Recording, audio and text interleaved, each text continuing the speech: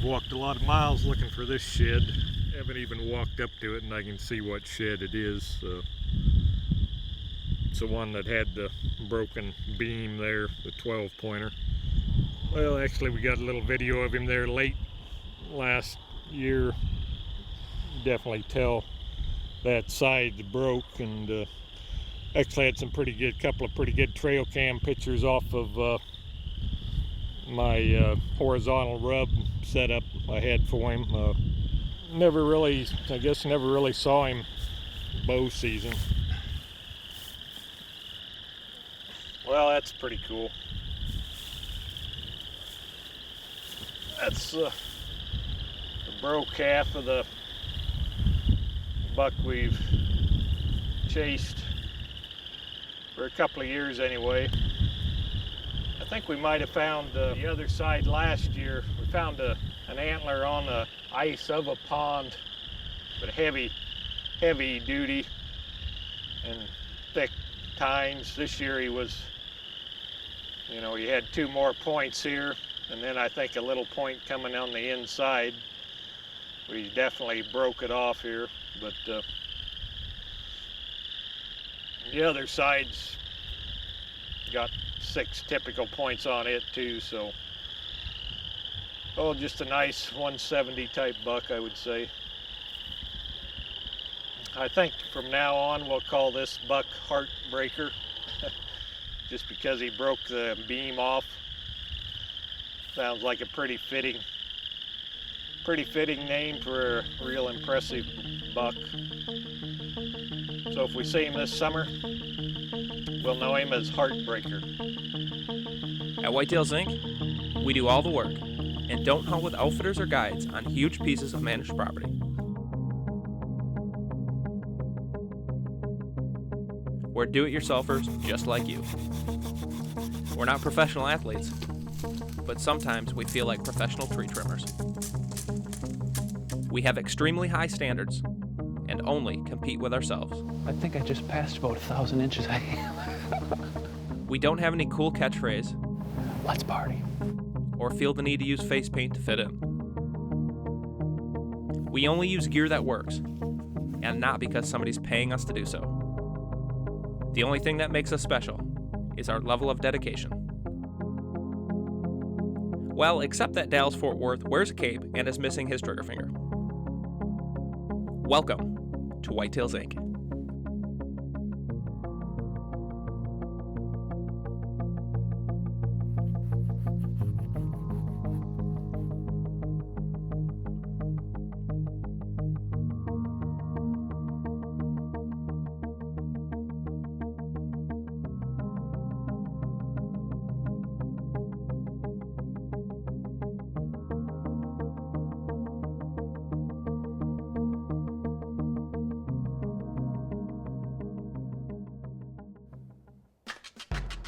In a few short days now, the rut is about to officially get started here in Iowa.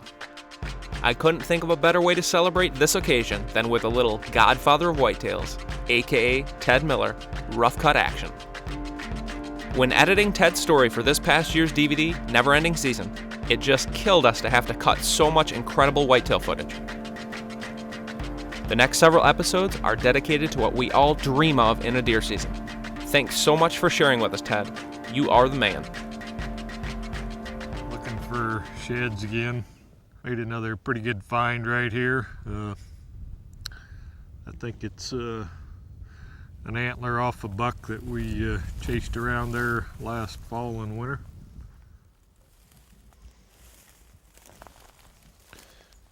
Yeah, that's definitely that big 9-pointer that we were chasing. I got real good video of him there. Couple of times out of the ground blind. That's the side that the other side has like a crab claw on the end of it there. I guess from now on we'll call this buck Lucky. When we saw him that last time and he walked up on the wrong side of the blind, he's just lucky we weren't hunting with a muzzleloader, or we would have got him. If we see him this summer, we'll know him. Long, good 8-pointer. We'll call him Lucky. Well, this is getting towards the latter part of March. We're in the big section here. Been looking for this antler for quite some time. I pretty much gave up that it was even, the buck was even still around, but I'll show you what it is and how we found it here. We're walking up here in this CRP that's all growed up in evergreen trees here. Kind of south facing slope. We walked around this evergreen tree and it's laying right there. That's a pretty good antler.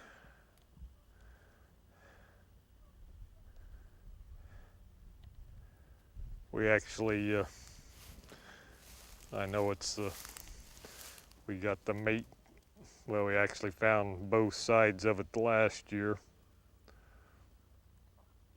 Might be a little bit bigger, but man, it's got a gross in the 80s, I would think. Got a real long main beam on it.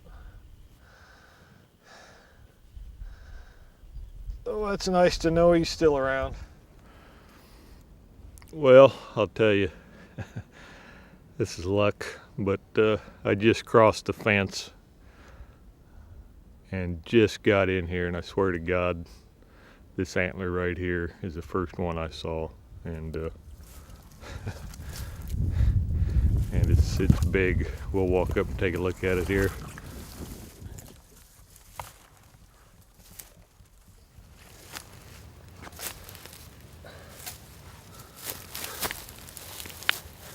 That's a nice antler there,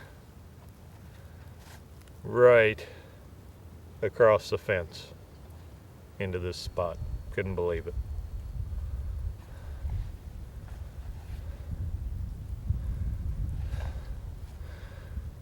I actually have two other exact mates to him from years past. Yeah, that's definitely a lot of bone from one deer. 3 years.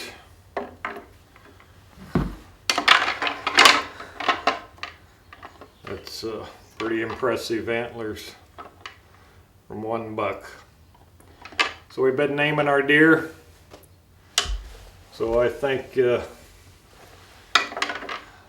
appropriate name for this buck, if we see him again, will be Thor, just on the count of just impressive, massive antlers and just a beautiful buck. So from now on, if we see this buck, we'll know him as Thor.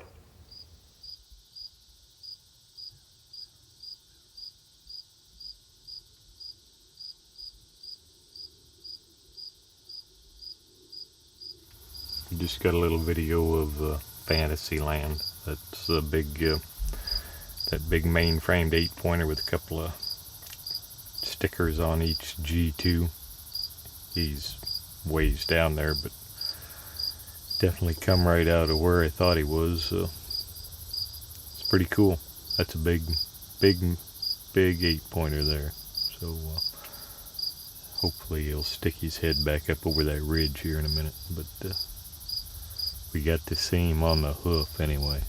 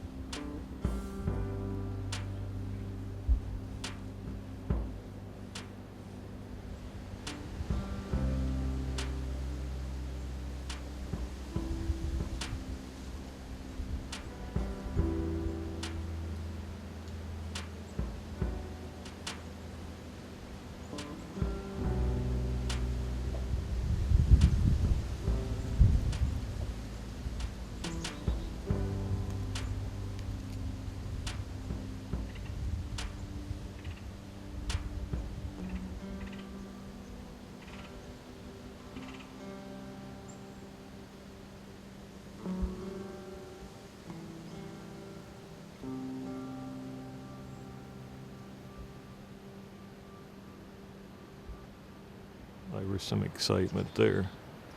That's a buck we call Fantasyland. I've got quite a bit of trail cam pictures of him this summer. He come walking in there and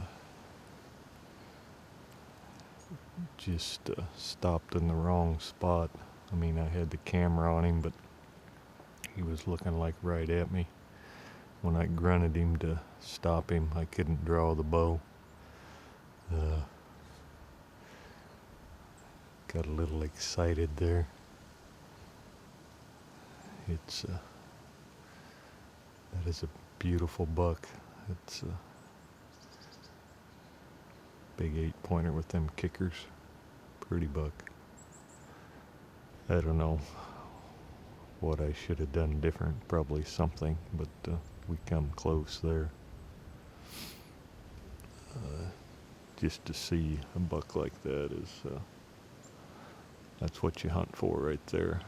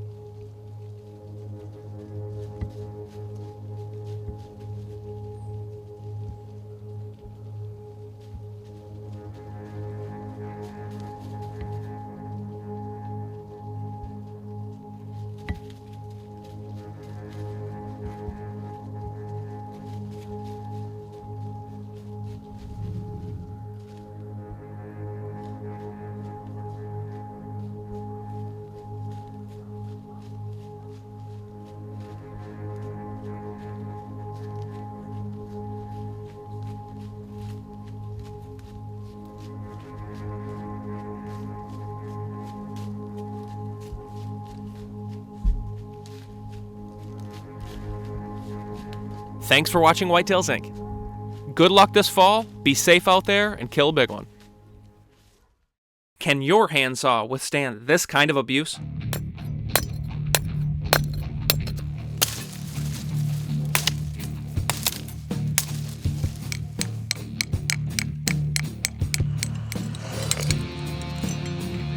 My name is Todd Pringnitz, and bow hunting is not only my life, but designing the gear I use in the field really is my job. I've been designing, engineering, and supplying a variety of hunting products for the past 10 years, all the while waiting for somebody to finally build a good quality saw. That day never came, so I took it upon myself to solve one of the biggest product issues in hunting today: cheap plastic handsaws that are just not designed for the serious hunter. So I guess it was time for a serious hunter to design one for the rest of us. Wicked Tree Gear's Wicked Tough handsaw solves all the problems of the cheap plastic ones.